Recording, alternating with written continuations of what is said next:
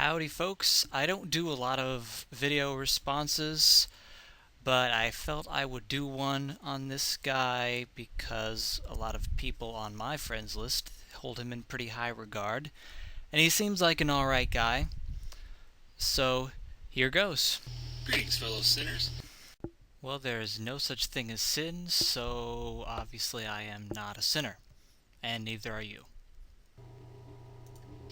Before I go any further, first let me say that though we disagree a lot, Freethinker3161 and I have remained civil and calm, and as far as internet friends can go, we've been nothing but respectful to each other. He's a very good guy, and to all 12 of my subscribers and anyone who subscribes afterwards that watches this, I highly suggest you watch his videos and possibly give him a subscription as well.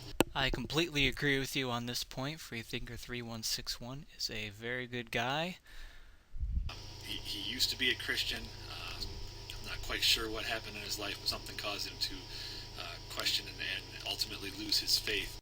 Well, if you actually watch his videos, he has a whole series explaining how he gave up his faith. He didn't lose it like, whoops, there goes my faith.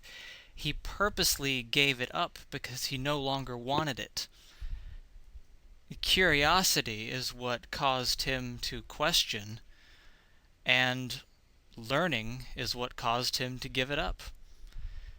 It's really pretty simple, and I'm sure you're a smart guy, but how can you not be sure what caused him to give up his faith when he explains it in his videos? Did you watch them? And what I find funny that he left out was synagogues, was temples, was whatever you call a Scientologist a meeting place, or kingdom halls for Jehovah's Witnesses. The only thing that he seemed to dwell upon was the Christian church.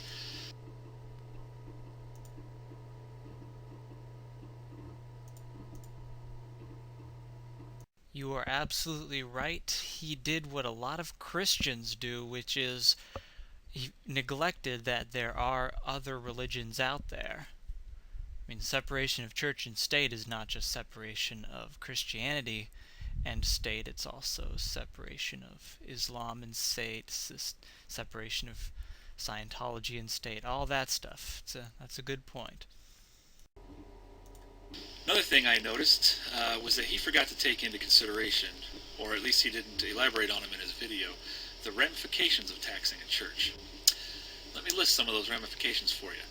Number one, once you tax a church, you can no longer keep a church out of matters of state. You have decided to break that barrier, that proverbial wall between church and state.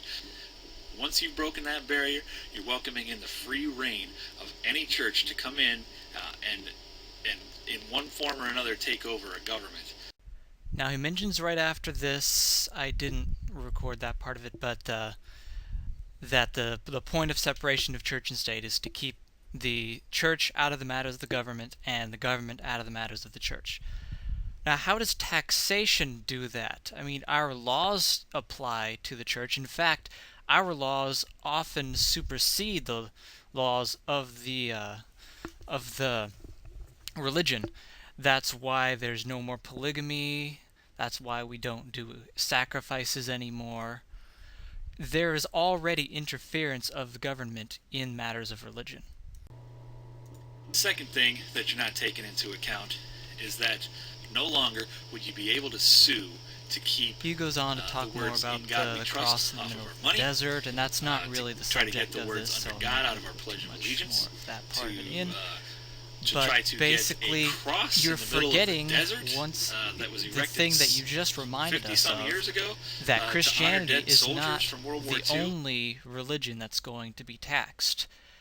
Now, to have "In God We Trust" on the money and "Under God" in the Pledge of Allegiance, it's, which God is it? Why the Muslims would be able to say, "I want Allah in there too," and the Scientologists would be able to say, "Okay, I want in L. Ron Hubbard we trust in the Pledge of Allegiance, or on the money also. I want a whole list of all the gods,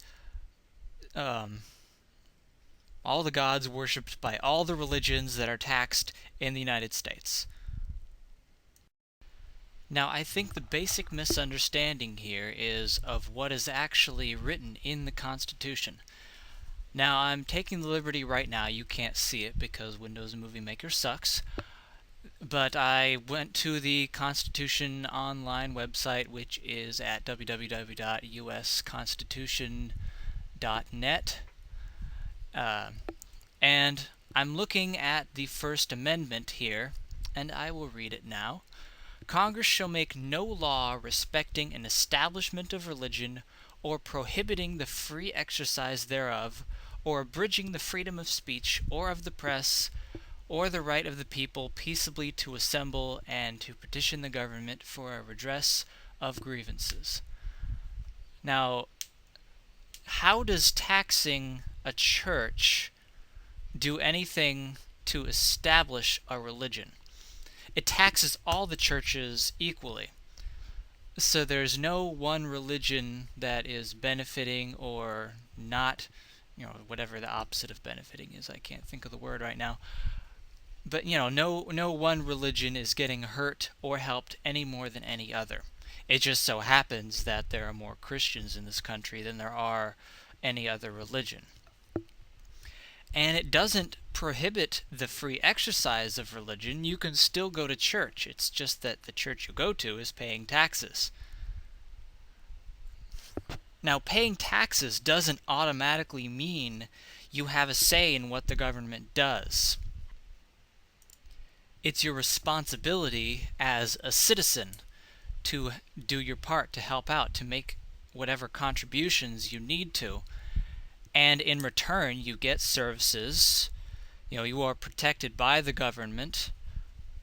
If your house catches on fire, if your church catches on fire, the fire department will come and put it out. If somebody attacks you, you can sue them, and the law will ensure that you are compensated and that the perpetrator is punished. Now, if you truly want a separation of church and state, like I said a little bit ago, you would have to make it so that the laws no longer apply to churches.